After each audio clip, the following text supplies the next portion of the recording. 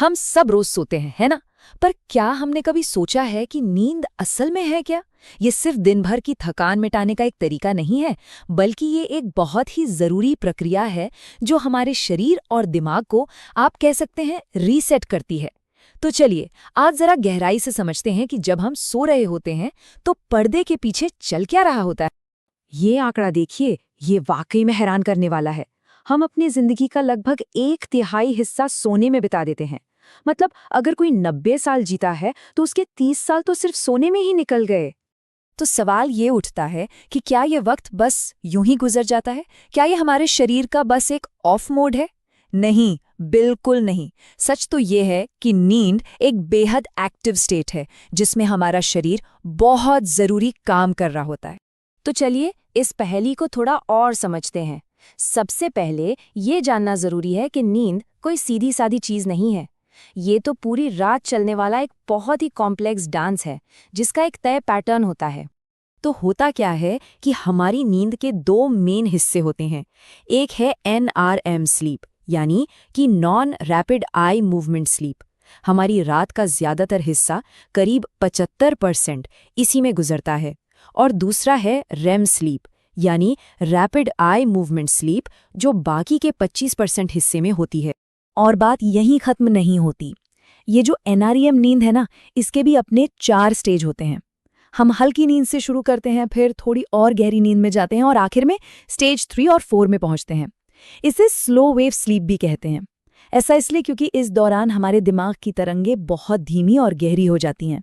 यही वो वक्त है जब शरीर अपनी मरम्मत और रिकवरी का सबसे जरूरी काम करता है। और NREM और REM नींद में तो जमीन आसमान का फर्क है।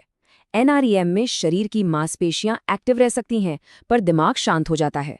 वहीं दूसरी तरफ REM नींद में, जिसे सपनों की नींद भी कहते हैं, हमारा दिमाग तो लगभग जागने जितना ही एक्टिव होता है, लेकिन शरीर एक तरह से पैरालाइज्ड हो जाता है।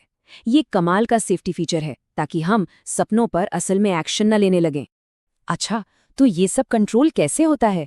इसके पीछे भी एक कमाल का सिस्टम काम करता है। इसे आप नींद के 2 इंजन समझ सकते हैं, जो ये तय करते हैं कि हमें कब सोना है और कब जागना है। पहला इंजन है प्रोसेस S। इसे ऐसे समझिए कि ये एक तरह का स्लीप प्रेशर है। जैसे जैसे हम जागते रहते हैं, ये प्रेशर बढ़ता जाता है और शाम होते होते ये इतना बढ़ जाता है कि हमें सोने की जबरदस्त इच्छा होने लगती है। और फिर आता है दूसरा इंजन, प्रोसेस C, यानी हमारी बॉडी क्लॉक। ये हमारी मास्टर क्लॉक है। दिन के समय ये उस नींद के प्रेशर से लड़ती है ताकि हम अलर्ट रहें, और रात में हमें सोने में मदद करती है। इन दोनों के बीच ना दिन भर खींचतान चलती रहती है। और अब आते हैं इस पूरी कहानी के सबसे जरूरी हिस्से पर, कि नींद का हमारे हार्मोन्स से क्या कनेक्शन है। क्योंकि जब ये नींद का सिस्टम गड़बड़ाता है ना, तो हार्मोन्स का पूरा खेल ही बिगड़ जाता है। डॉक्टर सारा गॉटफ्रीड ने एक बहुत पते की बात कही है।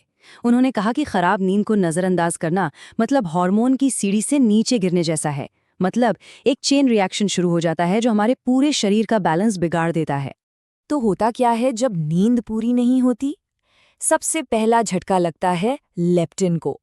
ये वो हार्मोन है जो दिमाग को सिग्नल देता है कि भाई पेट भर गया, अब बस करो। कम सोने से इसका लेवल गिर जाता है।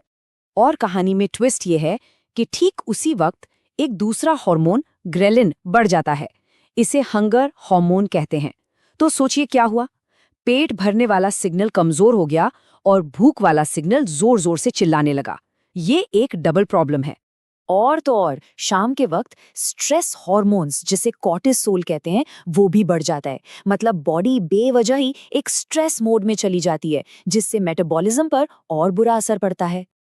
और ये सिर्फ थ्योरी नहीं है, इसके असली असर दिखते हैं। स्टडीज में पाया गया है कि बस कुछ रातें ठीक से न सोने पर भूख का एहसास 24% तक बढ़ सकता है। 24%! ये बहुत ज्यादा है। और ये कोई नॉर्मल भूख भी नहीं होती। शरीर को क्रेविंग होती है हाई कैलोरी, हाई कार्ब वाले खाने की, मतलब चिप्स, मिठाई, ऐसी चीजें। और ये क्रेविंग 32% तक बढ़ जाती है। ये असल में शरीर का एक तरीका है तुरंत एनर्जी पाने का। तो अब तस्वीर थोड़ी साफ हो रही है ना? नींद की कमी का मतलब सिर्फ अगले दिन उबासी लेना या थका हुआ महसूस करना नहीं है। इसके असर बहुत गहरे और लंबे समय तक चलने वाले होते हैं। लगातार कम सोने से मोटापे का रिस्क बढ़ जाता है, शरीर का इंसुलिन को इस्तेमाल करने का तरीका बिगड़ जाता है और इससे आगे चलकर टाइप 2 डायबिटीज का खतरा भी कई गुना बढ़ जाता है। ये बहुत ही गंभीर हेल्थ रिस्क्स हैं। तो बॉटम लाइन क्या है? बॉटम लाइन ये है कि नींद कोई लग्जरी नहीं है, ये कोई पैसिव रेस्ट भी नहीं है।